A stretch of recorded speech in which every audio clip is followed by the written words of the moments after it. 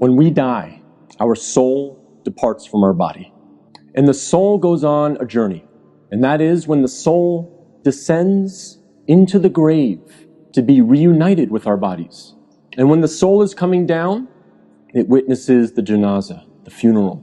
And your body is laying there on the ground, wrapped up, getting ready to be buried.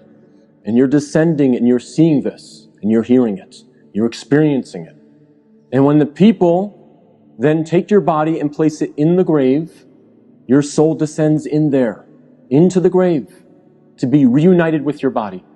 And then your loved ones, your friends who were there at your janazah, they will start shoveling dirt, start picking up dirt with their hands and placing it in the grave, throwing it on top of you, and you will feel it fall on top of you. And they will do this until you are completely covered up. And you will be there in the grave, covered up, and you will have consciousness. You will be alive. Not physically, obviously, but your soul will experience this. They'll walk away. They'll leave.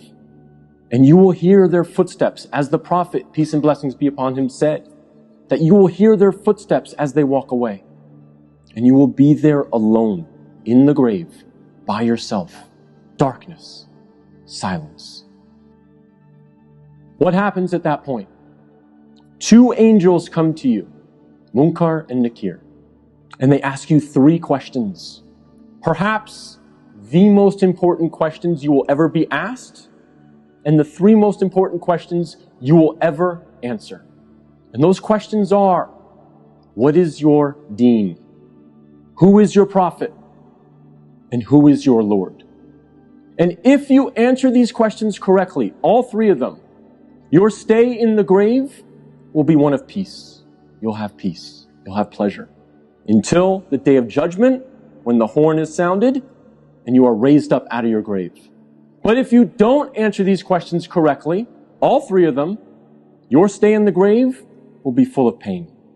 So we must answer these questions correctly. But here's the problem.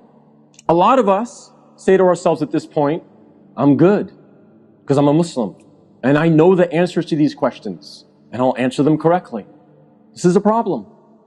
Because the answers are not given, as many of the scholars say, the answer is not given with your tongue.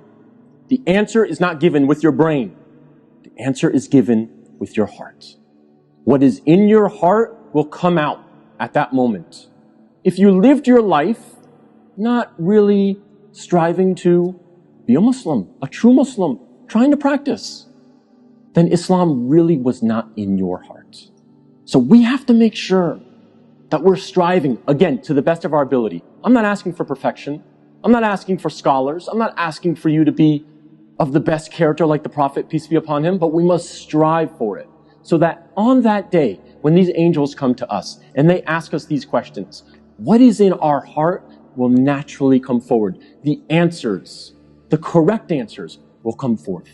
After we pass the test of these three questions, what happened?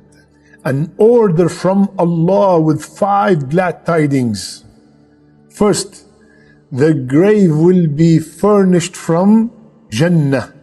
The second thing will happen, the person will be clothed from the cloth of Jannah.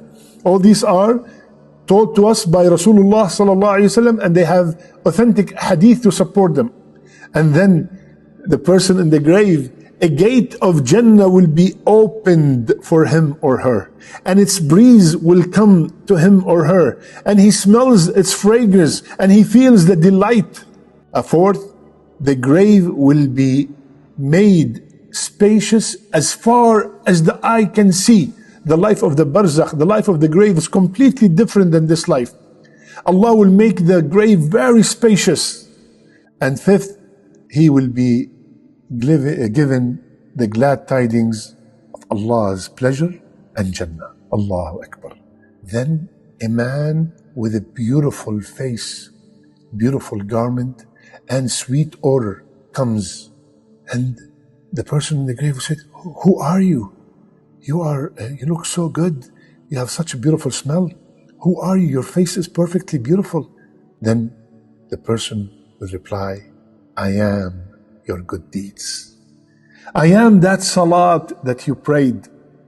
I am that sadaqat that you gave. I am the Quran that you read and you memorized. I am the fasting. I am the struggle that you went through. I am the 2 rak'ah that you prayed in the middle of the night. I am all the great amal.